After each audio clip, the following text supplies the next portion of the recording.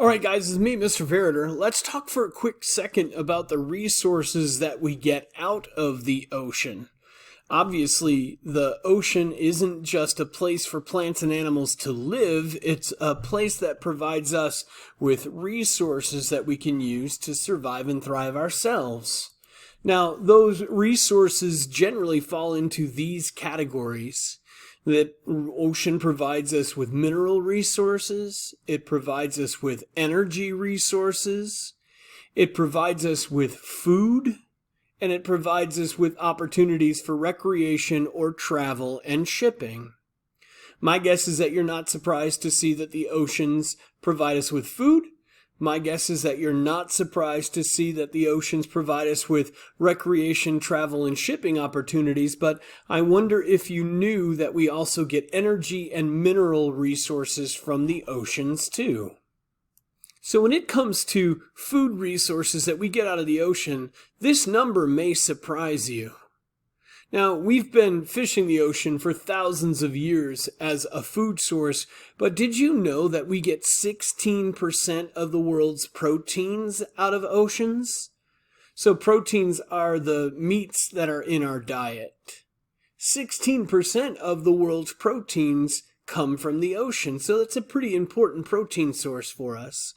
And that number is actually much higher in developing nations. So a developing nation is a country that is generally poorer than the United States. They don't have the same manufacturing or farming or government structures as the United States. So fishing in poorer nations provides an even larger percentage of the protein source in people's diets. So it's also kind of important to know that we've been mining the ocean floor since the 1950s. And it's interesting to me that it didn't start until the 1950s, but I think if you give it some thought, it makes sense. To have the technology to even reach the ocean floor is kind of a current thing, right? It's difficult to get to the bottom of the ocean no matter what, let alone to get to the bottom of the ocean floor and then to mine the ocean floor. So one of the most common kinds of mining of the ocean floor here in North Carolina is that oftentimes we dig up sands and gravels from the floor of the ocean and we deposit them on beaches to help protect the beaches. You guys know that beaches are constantly underneath the impact of erosion. Waves and tides come in and carry out sands and soils. Well, if we want to protect that, one way to do that is to dig up sands and gravels from the ocean floor and put them back on the beach. Okay, so that's a pretty common mining strategy off of our North Carolina coast. Now, here's what's super important, though. Just mining the ocean floor can cause all kinds of devastation to the natural ecosystems that are there. And one of the reasons why I thought was super interesting, when we mine, we kick up a whole bunch of sediment in the ocean. And sediment is gravel and grit from the ocean floor. And that gravel and grit can provide or can block all of the sunlight that would normally be used for photosynthesis. Isn't that interesting? So in the process of trying to get one resource out of the ocean, we actually can destroy photosynthesis in the ocean. And if you remember back earlier in our notes, photosynthesis in the ocean, just like on Earth or on the terrestrial portions of Earth, provides the base, the producers for the food chain. That matters. The other thing that I think is really important to know is that sometimes when we're mining on the ocean floor, we introduce heavy metals into the food chain. Heavy metals are metals that can make people and animals sick, and by digging them up out of the Earth's crust, we can introduce them into the food chain and make plants and animals sick. So while we can mine the ocean floor, I'm not always sure that it's the right thing for us to do. Now, another thing that we do on the ocean floor is that we extract oil, right? You guys have seen pictures of oil rigs before. If you haven't, go right now to the Google and Google oil rigs or offshore oil rigs. And what you'll see is we build these enormous structures to drill into the crust of the earth so that we can remove oil and natural gas from the crust of the earth. Now, why do we want that oil and natural gas? Well, we use oil to power our vehicles, and we use natural gas to both heat our homes and generate electricity. Now, my guess is that you probably like having a car, right? Or your family having a car. And my guess is that you probably are pretty big into electricity too.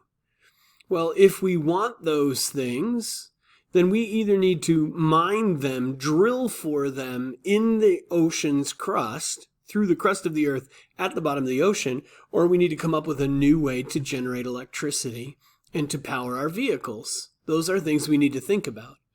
Up until now, we've been perfectly fine with mining those things from the ocean floor, but let's not pretend like that doesn't have an impact on the ecosystems of the oceans. And I feel like that's really important to emphasize, right? The fact that when we are mining for resources and oil on the floor of the oceans, we're disrupting a lot of those other benefits that we get too.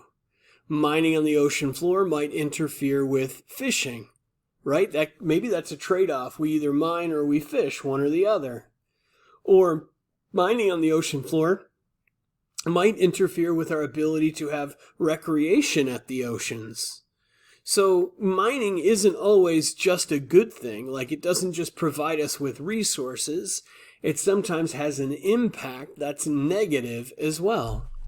And in the long term, my prediction is that we're going to want the oceans for a long time into the future, right? They're an important ecosystem here on Earth.